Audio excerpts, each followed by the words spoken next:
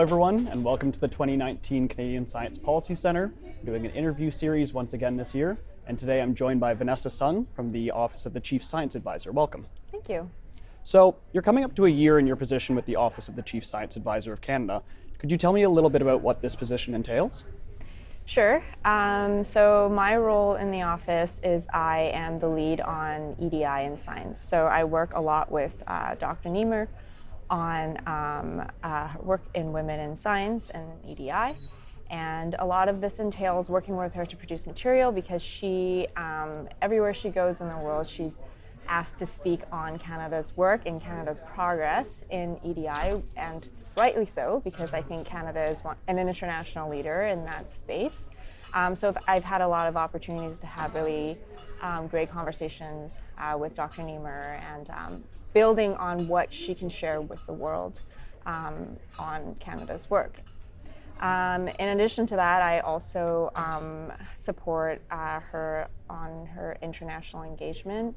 So she travels quite a bit and she meets with her counterparts and our international partners around the world. And so with that comes, you got to do some background research and prepare some briefing material, make sure that she's ready for those meetings, and in order to effectively help advance, Canada's objectives abroad, and also to help facilitate scientific collaborations.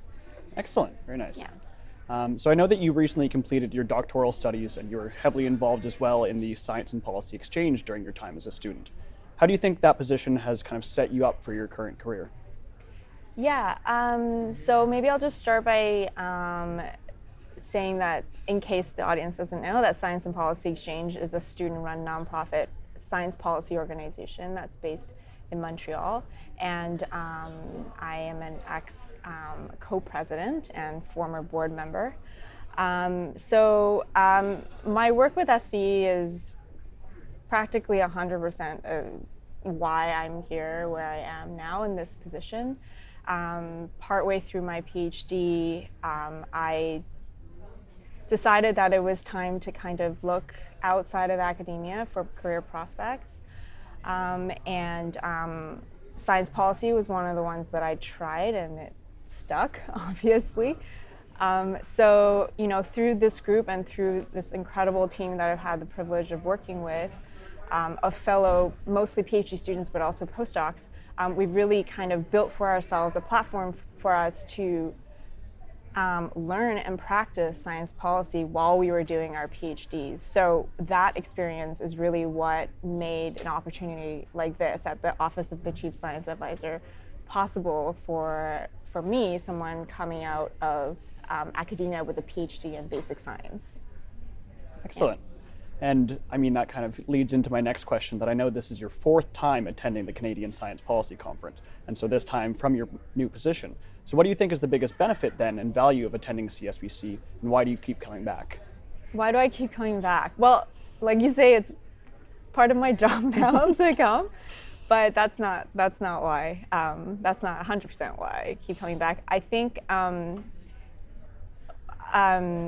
CSPC was the first science policy conference that I ever attended as a PhD student, and I think at the time it really opened my eyes to just the diversity of work that's possible in science policy, and the networking opportunities here are in the science policy space is really incomparable. There's nowhere else you can find this many people from this many different sectors.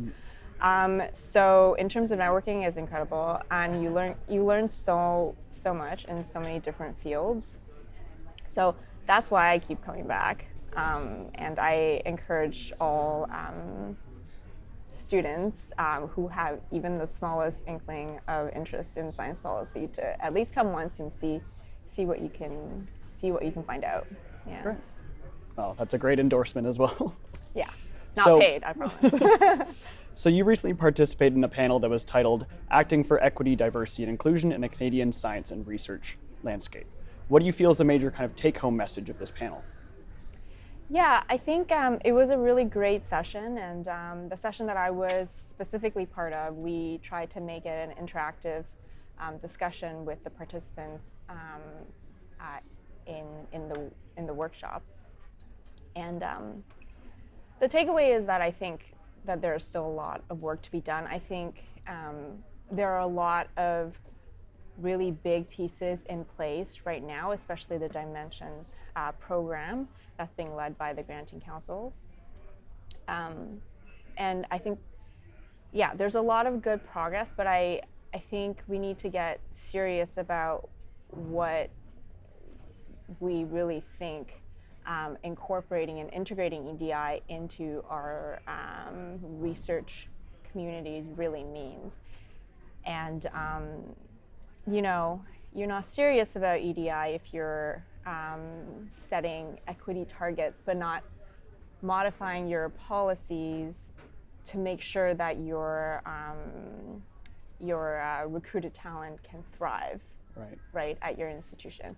So like a lot of these tough questions now are the ones that we really have to grapple with now that, you know, I think EDI is top of mind for a lot, pretty much all of our research institutions. So I think now that that piece is in place, we have to ask the harder questions. Excellent. Oh. Well, finally, to close off then, are there any notes you'd like to add, or is there somewhere online that our viewers could go to learn a little bit more about what you and your office are doing? Well, our website conveniently is canada.ca/OCSA. So you can find the work that I'm doing in the office there. For me personally, you can find me on Twitter, where I'm quite active, at @song_Vanessa. I also have a website that I share with my sister, who, tiny plug here, she's also very active in science policy at the University of Toronto. Our website is songsisters.ca. Excellent. Yeah. Well, thank you very much.